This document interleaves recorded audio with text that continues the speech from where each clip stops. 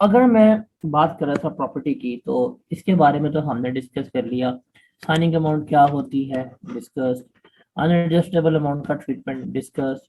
Rent receive, discuss. Forfeit deposit, discuss. इसका मतलब ये तमाम चीजें जो हैं वो हमें कैलकुलेट करना आ गई हैं कि ये कैसे। इनकम के बारे में तो हमने सीख लिया। अब हम जिसका डिस्कस करेंगे दैट इज अबाउट एक्सपेंडिचर्स, कि एक्सपेंसेस कैसे क्लेम करने हैं। अगर आपको याद हो, हमने जब पढ़ा था इनिशियली हमने देखा था कि जो हमारा मॉडल है ये रेवेन्यू मॉडल है, विच मींस इसमें से हमें एक्सपेंडिचर्स अलाउ है। अब ये जो एक्सपेंडिचर है ये कैसे कैलकुलेट किए जाएंगे, इसको अब हमने क्या करना है, इसको अब हमने यहाँ पर डिस्कस करना है। अब मैं एक्सपेंडिचर्स की डिस्कस करूंगा। हम एक्सपेंडिचर्स एक दफा कंप्लीट कर लें, फिर मैं हम एक कंबाइंड क्वेश्चन करेंगे, ताकि हमारा ये जो टॉपिक है, ये जो एरिया है वो कंप्लीट हो जाए। तो अब हम किसके बारे में बात करने लगे हैं, अब हम बात करने लगे हैं एक्सपेंडिचर्स के मुताबिक, कि एक्सपेंडिचर्स जो है वो किस तरह से ट्रीट होंगे और कैसे उनको लेके चलेंगे। ठीक है, तो इनकम मैंने आपको डन करवा दी है। इनकम के बारे में तमाम चीजें जो हैं वो हमारी क्या हो गई हैं, वो हमारी डन हो गई हैं। This was all story about income. तो एक्सपेंसेस हमें इनकम फ्रॉम प्रॉपर्टी में अलाउ होते हैं, और जो हमारी नेट इनकम आती है एनटीआर का पार्ट बनता है, और नॉर्मल रेट्स के मुताबिक। अब ये जो एक्सपेंसेस है ना, इनको जो हम टैक्स में नाम देते हैं, इनको हम नाम देते हैं अलाउएबल डिडक्शंस का। तो ये क्या है, ये हमारी अलाउएबल डिडक्शंस है। इनको हम देखते हैं। अब ये लिस्ट है, ये सारी लिस्ट है, ये सारे एक्सपेंसेस है, ये हमने यहाँ पे देखना है। अच्छा, यहाँ पे आरसीटी लिखा हुआ है ना, आरसीटी, आरसीटी इसको कहते हैं। सबसे पहले हम बात करते हैं रिपेयर्स अलाउंस की। रिपेयर्स अलाउंस, ये जो रिपेयर्स अलाउंस है ना, इसको हम मैंडेटरी अलाउंस भी कहते हैं। मैंडेटरी अलाउंस का मतलब है कि ये हमने लाजमी लेस करवाना है। ये लाजमी लेस होगा, और ये हर हाल में लेस होगा, चाहे कोई एक्सपेंस गिवन है, चाहे कोई एक्सपेंस गिवन नहीं है। हमने ये जो है, इसको हमने हर हाल में क्या करना है, इसको हमने हर हाल में लेस करवाना ही करवाना है। ये चीज जो है, ये चीज हमें पता होनी चाहिए कि ये हर हाल में होना है। अब असूल क्या है, अब देखो यहाँ पे नोट्स में मेंशन होगा कि ये मैंडेटरी अलाउंस है, ये हर हाल में लेस होने वाला है। असूल क्या है कि जो बिल्डिंग वगैरह का हमें रेंट मिल रहा होगा ना, उस बिल्डिंग का हम क्या करेंगे, उस बिल्डिंग का हम ट्रीटमेंट लेंगे। जो बिल्डिंग का रेंट रिसीव हो रहा होगा, हम उसका ट्रीटमेंट लेंगे, और वो क्या होगा, जितना हमें रेंट रिसीव होगा उसका हम 1/5 लेंगे, और उसको एक्सपेंस के तौर पर लेस करवा देंगे। मतलब जो भी रेंट की अमाउंट होगी उसका हम 1/5 लेंगे और यहाँ पे लेस करवा देंगे। जो लैंड होता है, ओपन प्लॉट होता है, उसके अगेंस्ट हमें कोई किसी किस्म के रिपेयर्स एक्सपेंडिचर जो है वो अलाउ नहीं होते। ये सिर्फ बिल्डिंग के अगेंस्ट है। ये भी याद रखिएगा, आप पेपर में सवाल कर रहे हैं, वो आपको गिवन करते कि जी एक्चुअल खर्चे हमारे कितने हुए हैं बिल्डिंग के रेंट के ऊपर या बिल्डिंग के ऊपर रिपेयर की मद में। एक्चुअल आपने हमेशा क्या करना है, इग्नोर करना है। आप हमेशा क्या लेंगे, आप हमेशा 1/5 ऑफ लेंगे बिल्डिंग रेंट, और आप यहाँ पे लेस करेंगे। ये है आपका रिपेयर अलाउंस। तो ये मैंडेटरी है, ये पेपर में गिवन हो या पेपर में ना गिवन हो हमेशा लेस होंगे। उसके अलावा अगर आप बिल्डिंग की इंश्योरेंस पे कर रहे हैं वो भी लेस होगा। उसके अलावा बिल्डिंग से रिलेटेड कोई टैक्सेस हैं, प्रॉपर्टी टैक्सेस हैं, लोकल रेट्स हैं, चार्जेस हैं, प्रॉपर्टी टैक्सेस वगैरह है, वो जो पे कर रहे होंगे वो लेस करेंगे। उसके अलावा ग्राउंड रेंट पेएबल, आपने बस याद रखना है, अगर आप ग्राउंड रेंट पे कर रहे हैं या पेएबल है आपका, वो भी क्या होगा, हमेशा लेस होगा। उसके अलावा अगर आपने कोई घर के ऊपर गिरवी रखवाया हुआ था, या घर के लिए कर्जा लिया था, तो या घर को कंस्ट्रक्ट करने के लिए, रेनोवेट करने के लिए, या उसको रिकंस्ट्रक्ट करने के लिए कर्जा लिया था, और वो घर आपने बना के किराए पे दिया हुआ है, तो उस घर की जो रेंटल इनकम आ रही होगी, आप उस कर्जे पे जो सूद पे कर रहे होंगे वो भी आप लेस करवा देंगे। इसके अलावा अगर आपने हाउस बिल्डिंग फाइनेंस कॉरपोरेशन से या बैंक से अगर आपने लोन लिया है और आप उनको शेयर रेंटल पे कर रहे हैं टुवर्ड्स एप्रिसिएशन वैल्यू, वो भी आप सारे का सारा लेस करवा सकते हैं। उसके अलावा अगर आपने प्रॉपर्टी गिरवी रखवाई हुई थी और उस मॉर्गेज के ऊपर वो जो गिरवी रखवाई हुई है या वो उसके ऊपर कोई इंटरेस्ट पे कर रहे हैं, कोई चार्ज वगैरह पे कर रहे हैं, वो भी क्या कर सकते हैं, आप लेस करवा सकते हैं। तो ये तमाम चीजें हैं, ये लेस हो सकती हैं। ये अंग्रेजी याद करने की जरूरत नहीं है, वो ना हो कि आप इनकी अंग्रेजी याद करने बैठे कि ये हमें लाइन पूरी की पूरी याद रखनी है, ऐसा नहीं है। आपको बस यही रखना याद रखना है कि अगर सूद पे कर रहे हो लेस करवा दो, इंश्योरेंस की अमाउंट पे कर रहे हो लेस करवा दो।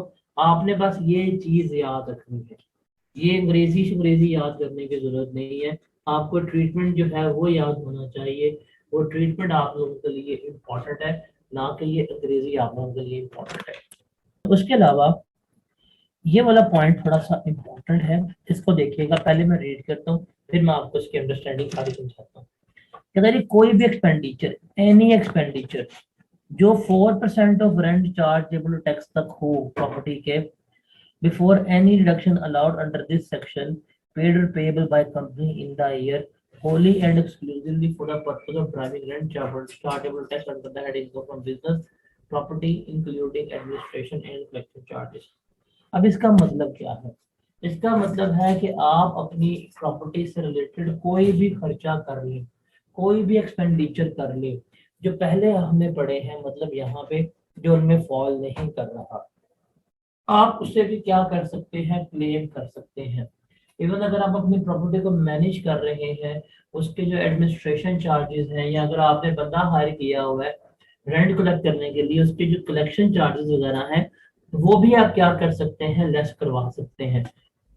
लेकिन उस लेस करवाने का असूल क्या होगा, आप लेंगे जो आपके एक्चुअल एक्सपेंडिचर हुए हैं, जो आपके एक्चुअल एक्सपेंडिचर हुए हैं आप वो लेंगे, और आप उसको कंपेयर करेंगे 4% ऑफ आरसीटी के साथ, जो आपका रेंट चार्जेबल टैक्स आया है उसका 4% लेंगे।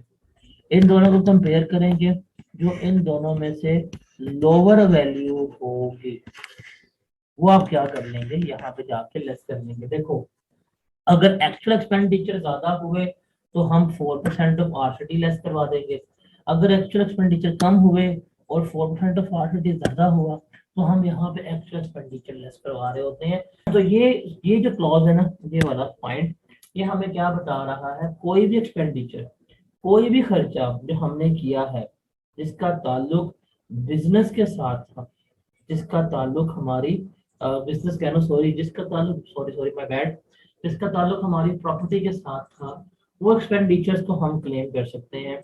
वो क्लेम करने का रूल क्या है, जो हमारे अखराजात हुए होंगे हम वो लेंगे और उसमें से हम कंपेयर करेंगे 4% ऑफ आरसीटी, एक्चुअल एक्सपेंडिचर और 4% of RCT, whichever is lower वो हम क्या कर लेंगे, वो हम यहाँ से लेस करवा देंगे, वो हम क्लेम करवा देंगे। तो ये चीज जो है इसका असूल है, हम इसका सवाल करेंगे आपको इसकी समझ आता आ जाएगी।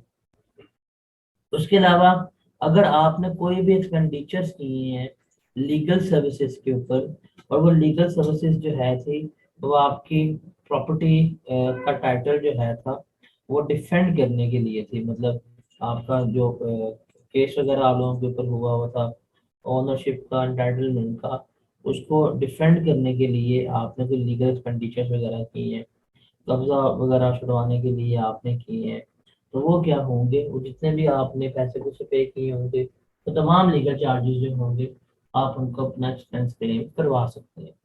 ये भी हो गया। उसके बाद है अनपेड रेंट, ये बड़ा इम्पोर्टेंट है। ये वाहिद है जो थ्योरेटिकली भी आ सकता है आपको, मतलब ये 4-5 पॉइंट्स हैं, वो थ्योरी में सवाल पूछ सकता है और वो आपसे इसकी न्यूमेरिकल में एडजस्टमेंट भी पूछ सकता है। अनपेड रेंट का मतलब क्या है, मतलब आप इसे कह सकते हैं कि जो आपके बैड डेट्स हो गए हैं उसको अगर हम क्लेम करना चाहें तो वो कैसे करेंगे। फॉर एग्जाम्पल, अब हम क्या चीज इससे करने लगे हैं, आपने 2021 में आपने प्रॉपर्टी रेंट आउट की हुई थी, 12 महीने के 12 महीने प्रॉपर्टी जो है थी आपकी रेंट आउट रही, लेकिन आपको जो रेंट रिसीव हुआ वो 10 महीने का ही मिला। आपने पूरा साल प्रॉपर्टी किराए को दे रखी हुई थी उस बंदे को, लेकिन उसने आपको 10 महीने का ही रेंट पे किया है ना। लेकिन आप जब अपनी इनकम डिक्लेयर करेंगे 2021 की, आप ये नहीं कह सकते कि यार सर जी देखिए मेरा तो 10 महीने का रेंट मिला है, हालांकि रेंट मैंने तो प्रॉपर्टी 12 महीने की दी हुई थी, आप रेंट मेरा 10 महीने का कंसिडर करें, ऐसा नहीं होगा। क्यों? बिकॉज ये एप्रूवल बेसिस के ऊपर टैक्स हो रहा होता है।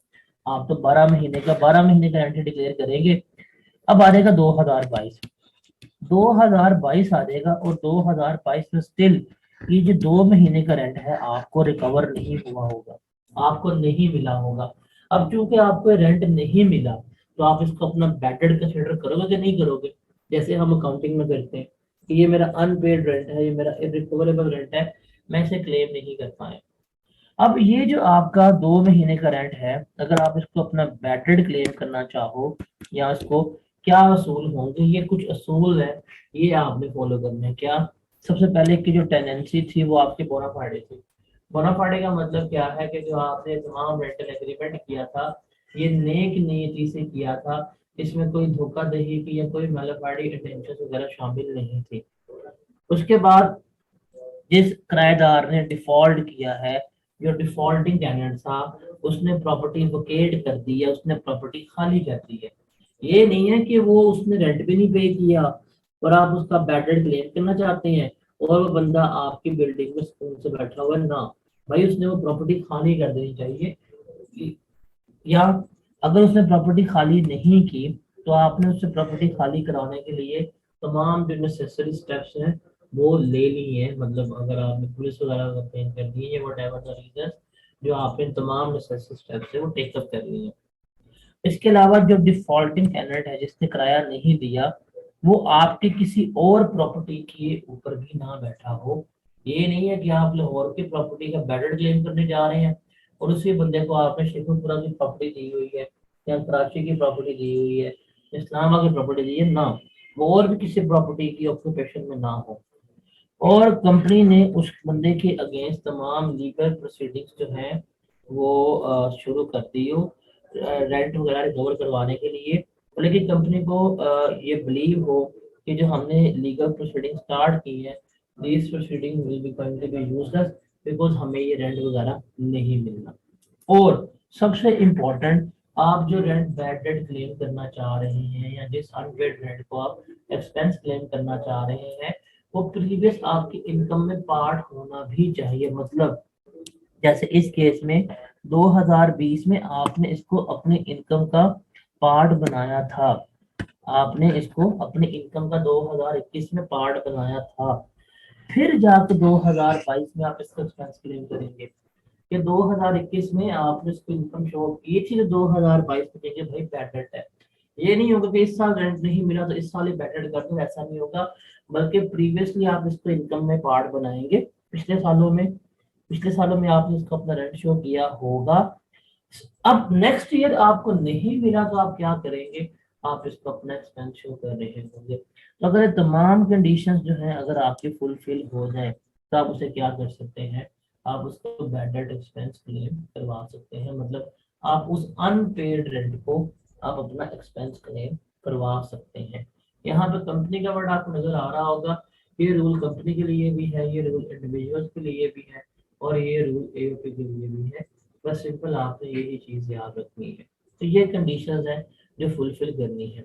तो फॉर एग्जांपल 2022 में आपने तमाम कंडीशंस फुलफिल की और आपने जी इसको अनपेड रेंट को अपना एक्सपेंस जो है था वो क्लेम कर लिया, और 2025 में उस बंदे का जज्बा ईमानी जाग गया, उसने कागज मिलकर बयान सुन लिए और वो बंदा आपके पास आ गया, यार मैंने आपका हक मारा था, तो मैंने आपको 2021 में ये रेंट नहीं पे किया था, तो ये लो जी रेंट ले लो।